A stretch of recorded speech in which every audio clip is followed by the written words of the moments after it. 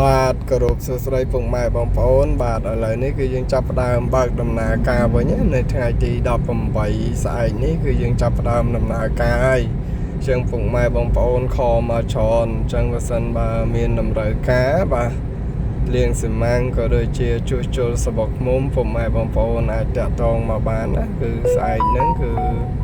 ក្រុមការងារក៏ដូចជាក្រាស់គឺយើងចាប់ផ្ដើមបើកដំណើរការហើយអញ្ចឹងអាចតាក់ទងមកបានណាជួបគ្នាស្អែកពុកម៉ែបងប្អូនទាំងអស់គ្នា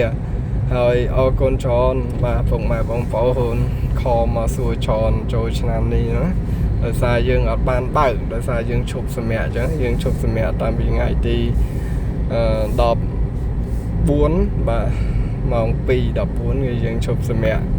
ចឹងឥឡូវយើងចាប់ផ្ដើមបើកវិញនៅថ្ងៃស្អែកនេះតែម្ដងថ្ងៃទី18ណានៅ